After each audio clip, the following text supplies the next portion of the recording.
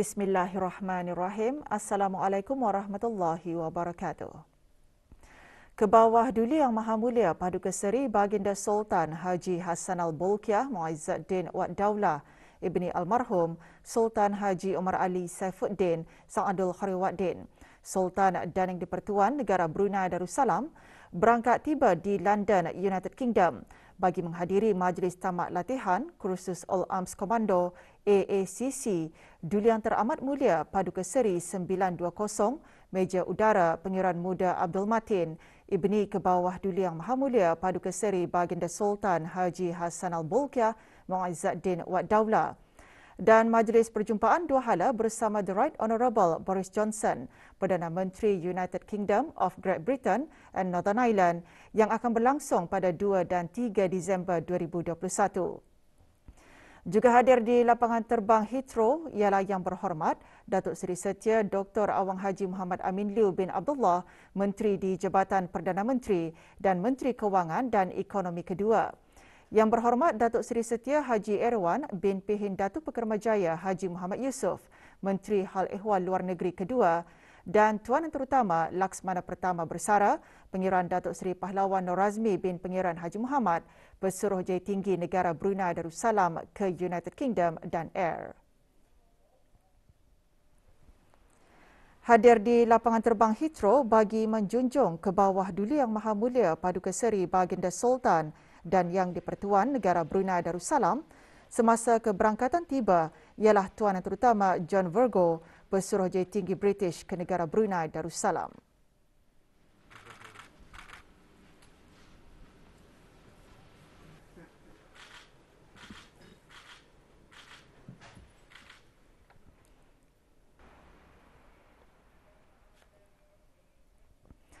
Satu kes yang disahkan COVID-19 telah kembali ke rahmatullah. Yang Berhormat Datuk Seri Setia Dr. Haji Awang Muhammad Isham bin Haji Jaafar, Menteri Kesihatan, memaklumkan perkara tersebut semasa sidang media situasi terkini jangkitan COVID-19 petang kemarin di Dewan Al-Afiah Kementerian Kesihatan. Kes tersebut ialah seorang perempuan berumur 55 tahun. Beliau telah mengalami beberapa masalah kesihatan dan tidak dikategorikan sebagai kematian disebabkan oleh COVID-19. Di kesempatan ini, saya mewakili warga Kementerian Kesihatan dan keseluruhan rakyat negara Brunei Darussalam mengucapkan takziah kepada keluarga kes berkenaan. Semoga roh kes dicucuri rahmat dan ditempatkan bersama para soleh. Menteri Kesihatan juga mengongsikan 21 kes baharu jangkitan COVID-19 disahkan kemarin yang membawa jumlah keseluruhan kes kepada 15,132 orang. Terdapat tambahan 14 kes baru kepada 4 kluster aktif yang sedia ada yang merupakan kontak-kontak terdekat kepada beberapa kes positif sebelumnya. Sementara itu, tidak ada kluster baru telah dikesan setelah ditutup setelah tidak ada kes dikesan dalam kluster berkenaan selama 28 hari. Oleh yang demikian, jumlah kluster yang aktif adalah 124 kluster. Manakala terdapat 7 kes baru yang masih dalam siasatan bagi mengenal pasti sumber jangkitan. 41 kes telah disahkan sembuh yang membawa jumlah kes yang sembuh di negara Brunei Darussalam kepada 14,606 kes. Manakala jumlah kes aktif ialah sebanyak 426 kes. Di kalangan kes-kes ada dalam rawatan sekarang, satu kes adalah dalam kategori 5 yang sedang dirawat di unit rawatan intensif dan memerlukan bantuan mesin pernafasan ataupun artificial ventilation serta bantuan mesin tambahan hadlang mesin ataupun ECMO. Sementara itu, terdapat satu kes lain dikategorikan dalam kategori 4, iaitu yang di bawah pemantauan rapi dan memerlukan bantuan oksigen.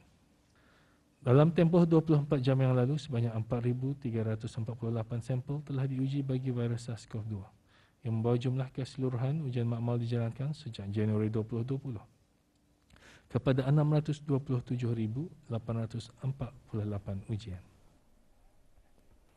81.3% daripada penduduk negara telah menerima 2 dos vaksin COVID-19, manakala 93.9% daripada jumlah penduduk negara pula telah menerima 1 dos vaksin.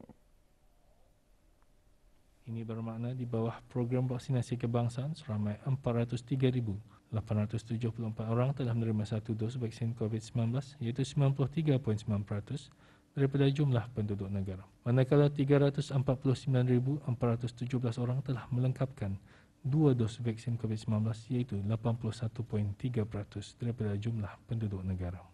Bagi operasi peralihan yang dijalankan dari jam 10 malam hingga 4 pagi, sebanyak 5 pelanggaran arahan telah dikeluarkan denda kompaun di seluruh negara, di mana 3 daripadanya adalah pelanggaran arahan untuk berada di rumah. Mereka yang tidak divaksinasi ataupun kanak-kanak berumur 12 tahun ke bawah boleh melakukan aktiviti riadah. Bagaimanapun, Menteri Kesihatan menasihatkan agar mereka tidak mengadakan perkumpulan dengan orang lain yang bukan ahli keluarga dan mengelak berada di tempat yang sesak. Menteri Kesihatan juga menekankan mengenai garis panduan yang telah ditetapkan termasuk pemakaian sungkup muka dan menjaga kebersihan diri.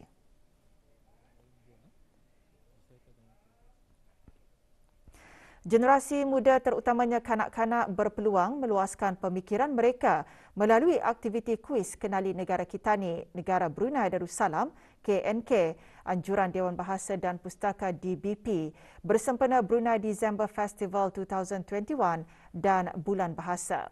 Kuis tersebut mengandungi 6 kategori iaitu budaya adat, makanan, budaya material, tempat rekreasi, ekonomi dan destinasi pelancongan.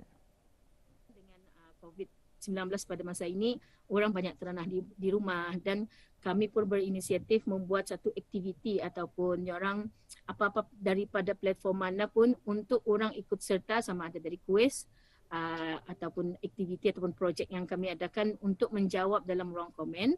Ini alhamdulillah sambutannya sangat menggalakkan, lebih daripada 10 jawapan dalam ruang komen itu memang ada, dalam Facebook pun memang kami ada jawapan-jawapan yang diberikan. Melalui aktiviti seumpamanya, ia dihasrat akan dapat mendedahkan kepada orang ramai untuk lebih mengenal dan mempelajari tentang tradisi-tradisi negara Brunei Darussalam.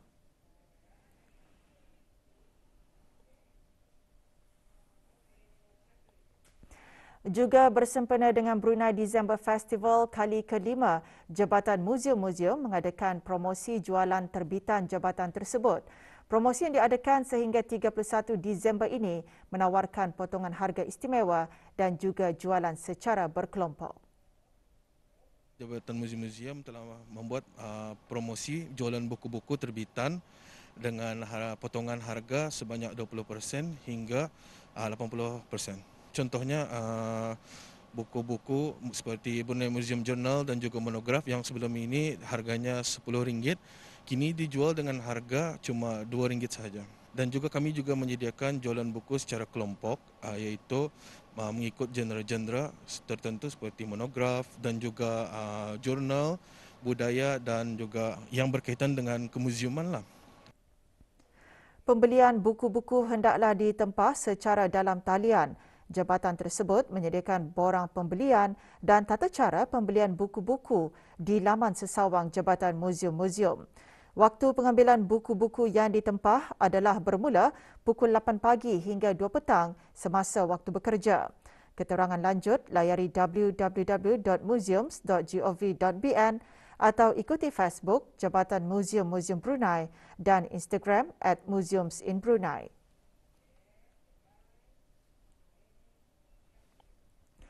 Negara Brunei Darussalam di bawah Majlis Kebangsaan Perubahan Iklim Negara Brunei Darussalam BNCCC menyasarkan untuk meningkatkan penyerapan karbon dengan menanam 500,000 pokok baharu menjelang tahun 2035. Sehubungan itu, kemarin diadakan inisiatif penanaman pokok di Taman Riadah Jalan Pusat Persidangan. Antara yang menyertai dan seterusnya merasmikan plak sebagai memperingati inisiatif tersebut ialah Yang Berhormat Datuk Seri Setia Jurutera Awang Haji Suhaimi bin Haji Ghaffar, Menteri Pembangunan, yang juga pengerusi bersama BNCCC, dan Puan Terutama Tiffany McDonald, Pesuruhjaya Tinggi Australia ke negara Brunei Darussalam.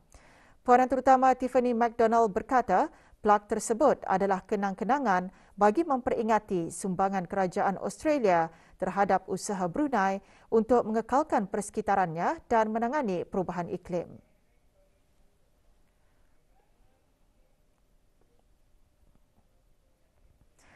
Aktiviti penghakiman dalam Anugerah Makanan Brunei 2021 BFA diteruskan lagi kemarin di Restoran Ais Bar Shabu-Shabu Kulap.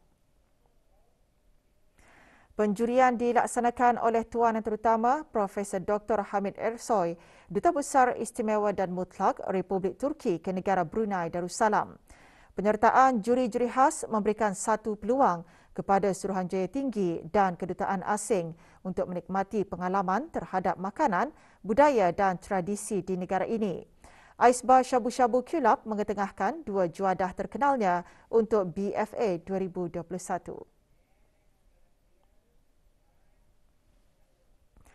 Kementerian Sumber-Sumber Utama dan Pelancongan melalui Jabatan Pertanian dan Agri Makanan mengungkayahkan program pendedahan belia-belia yang berpotensi untuk menceburi bidang pertanian berteknologi tinggi kali ke-6. Program secara maya itu bermula kemarin dan akan diadakan setiap hari Selasa dan Khamis hingga 30 Disember ini. Dibahagikan kepada dua sesi iaitu sesi taklimat dan sesi lawatan ke ladang-ladang syarikat pengusaha tempatan. Program memfokuskan beberapa sistem dan teknologi pengeluaran yang bersesuaian dengan kemampuan para peladang belia. Objektifnya untuk menarik minat para belia berkecimpung dalam bidang pertanian dan mendedahkan perusahaan pertanian sebagai satu perniagaan menguntungkan, khususnya industri tanaman menggunakan sistem teknologi tinggi. Para belia yang berminat boleh menghubungi bahagian industri tanaman dan kemajuan pertanian daerah, Jabatan Pertanian dan Agri Makanan di talian 2470 400 238 8095 atau 238 2822. Maklumat lanjut layari www.agriculture.gov.bn atau laman sosial Instagram @agriculture.gov.bn.